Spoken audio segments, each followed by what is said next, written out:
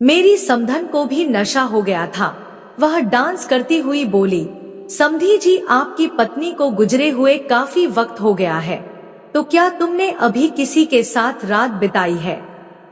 मैं बोला, मैं समझा नहीं आप क्या कहना चाहती हैं। वो बोली, मेरा मतलब है।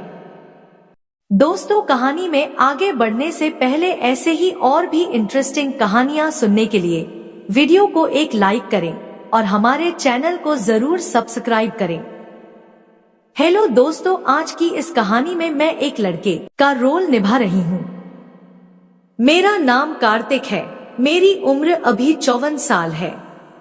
मेरी बीवी को मरे हुए 6 साल गुजर चुके हैं। मेरी बेटी की शादी 2 साल पहले हुई थी। उसकी शादी एक अमीर खानदान में हुई। वह एक बड़े बंगले में रहते थे। उनके घर में फिर मेरी बेटी, जमाई और उनकी माँ सविता रहते थे।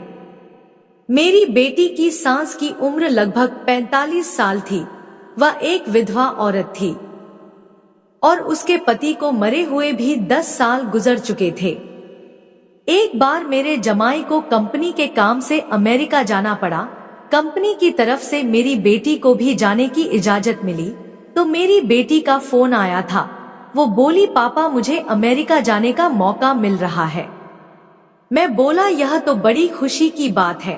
मैं बोला, जाओ बेटा। तो बोली, पापा, लेकिन सासू माँ अकेली इतने बड़े बंगले में नहीं रह सकती।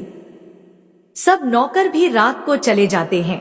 दिन में तो कोई दिक्कत नहीं होती, लेकिन रात को सासू माँ को अकेले नहीं छोड़ सकती।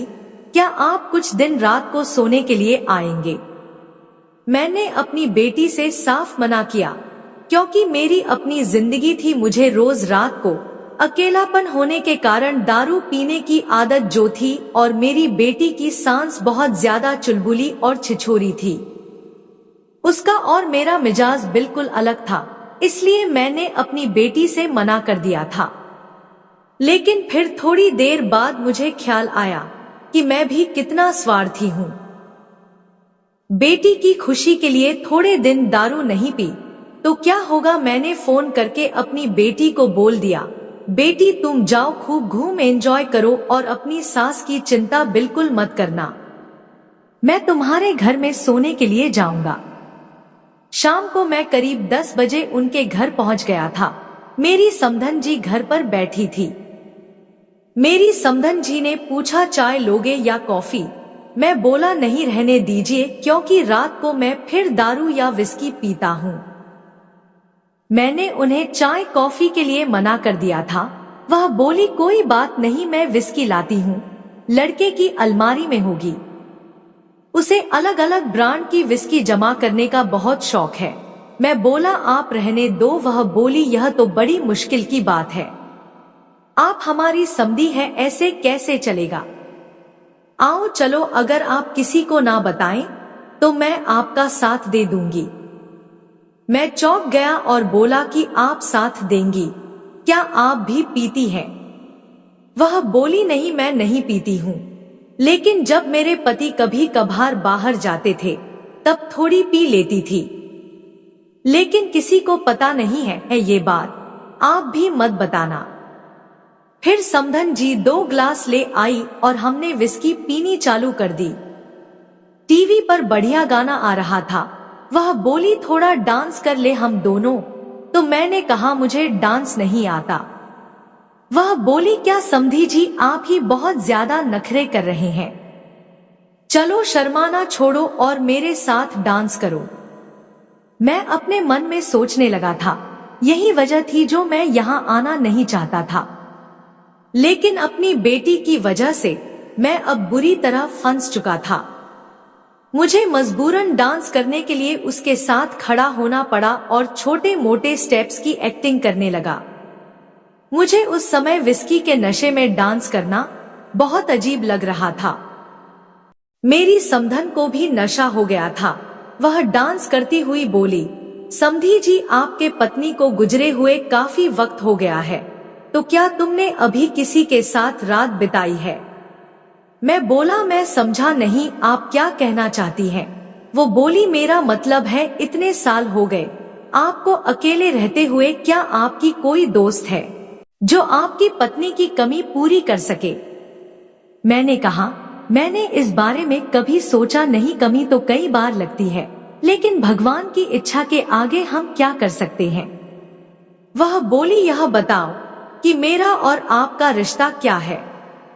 मैंने कहा, समधी और समधन का। इतना सुनकर वह मुस्कुराने लगी और मुझे अजीब सी नजरों से देखने लगी। मैंने फौरन ही डांस को ब्रेक लगाया और कहने लगा, साधना जी, अब मुझे नींद आ रही है, मैं सोने जा रहा हूँ। वह बोली, कितने टाइम बाद हम लोगों की मुलाकात हो रही है, थोड़ी देर और रुक जाओ ना, 1-2 पैग और लगा लेते हैं, वह कहने लगी। मैं बोला, मेरे ख्याल से शायद आपको भी अब सो जाना चाहिए, ज्यादा ड्रिंक करना सेहत के लिए ठीक नहीं है। इतना कहकर मैंने समधन जी को गुड नाइट बोलकर अपने कमरे की तरफ बढ़ गया। अपने कमरे में जाकर चैन की सांस ली। मैं अपने बिस्तर पर लेटकर सोचने लगा, आखिर इस छिछोरी औरत को उसके पति ने कैसे संभाला होगा। जरा सी भी शर्म नाम की चीज नहीं है। कैसी उछल उछल कर डांस कर रही थी ये औरत। अच्छा हुआ जो नींद का बहाना बनाकर अपने कमरे में आ गया, वरना पूरी रात नागिन डांस करवाती मुझसे। यह सोचते हुए कब मेरी आंख लग गई मुझे पता ही नहीं चल सका। फिर सुबह मैंने अपना नाश्ता अधूरा छोड़कर अपने कमरे में जाने लगा। वह उठकर मेरे पीछे आई और बोली, आपने नाश्ता कर लिया? आपने तो से कुछ खाया भी नहीं। मैंने कहा, नहीं हो गया मेरा नाश्ता, अब मैं थोड़ी देर अपने रूम में जाकर आराम करता हूँ। वह बोली, ठीक है, मैं तुम्हारे लिए विस्की लेकर आती हूँ। मैंने उसे मना किया, लेकिन फिर भी वह नहीं मानी। उन्होंने ज्यादा जिद करने पर मुझे विस्की पीनी पड़ी। थोड़ी ही देर में मुझे सब कुछ धुंधला नजर आने लगा था और मैं नींद की आगोश में चला गया। दोपहर के 2 बजे हुए थे जब मेरी आंखें खुली। मेरा सर बहुत ज्यादा भारी हो रहा था। ऐसा लग रहा था जैसे मेरे पैर पर 1 क्विंटल वजन रखा हुआ हो। जैसे ही मैंने अपने आप को संभाला, अचानक मेरी नजर मेरी साइड में समधन पर पड़ी। उसे देखकर मेरे पैरों से जमीन निकल गई। यह औरत मेरी बगल में क्या कर रही है? मैं अपने आप को पकड़ता हुआ जल्दी से बेड से उठा। इतने में उसकी आंखें भी खुल गई। वह उठी और मेरे पास आई। समधी जी, अगर मैं इतनी ही पसंद थी तो पहले बता दिया होता। वह क्या कह रही है? मैं समझ नहीं पा रहा था। मैं बोला, कहना क्या चाहती हो आप, और तुम मेरे बिस्तर पर क्या कर रही थी?